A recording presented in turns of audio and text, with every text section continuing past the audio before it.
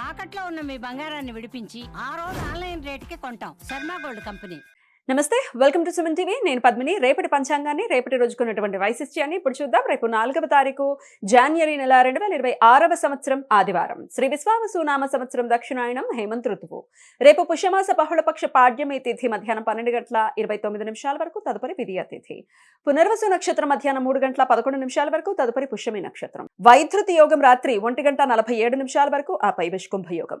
కౌలవ కరణం మధ్యాహ్నం 12:29 వరకు, తదుపరి తైతల కరణం రాత్రి 11:09 వరకు ఉంటాయి.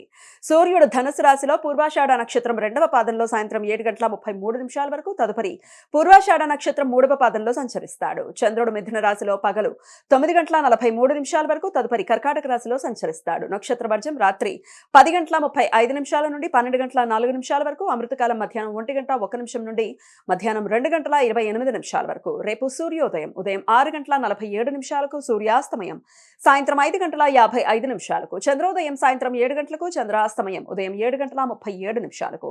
అభిజిత్ ముహూర్తం పగలు 11:59 నుండి మధ్యాహ్నం 12:43 వరకు, దుర్ముహూర్తం సాయంత్రం 4:26 నుండి సాయంత్రం 5:10 వరకు, రాహుకాలం సాయంత్రం 4:32 నుండి 5:55 వరకు, గుళిక కాలం మధ్యాహ్నం 3:08 నుండి సాయంత్రం 4:32 వరకు, యమగండం మధ్యాహ్నం 12:21 నుండి 1:45 వరకు.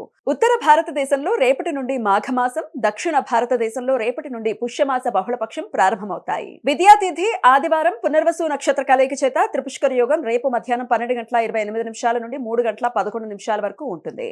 ఈ యోగ సమయంలో చేసే ప్రతి పని జీవితంలో మరలా 3 పర్యాయాలు చేయాల్సిన సందర్భాలు ఏర్పడతాయి. కాబట్టి విద్యాతిథి ఆదివారం, పునర్వసు నక్షత్ర కలయిక చేత త్రిపుష్కర యోగం రేపు మధ్యాహ్నం 12:28 నుండి 3:11 వరకు ఉంటుంది. ఈ యోగ సమయంలో చేసే ప్రతి పని జీవితంలో మరలా 3 పర్యాయాలు చేయాల్సిన సందర్భాలు ఏర్పడతాయని నమ్మకం. కాబట్టి ఈ సమయంలో చేసే ప్రతి పని విషయంలో తొందరపాటు నిర్ణయాలు తీసుకోకుండా జాగ్రత్తలు తీసుకోవడం అవసరం. ఈ సమయంలో బంగారం, వాహనాలు, స్థిరాస్తులు కొనుగోలు చేయడానికి అనుకూలం. పుష్యార్క్య యోగం లేదా రవి పుష్యమి యోగం రేపు మధ్యాహ్నం 3:11 నుండి ఎల్లుండి సూర్యోదయం వరకు ఉంటుంది.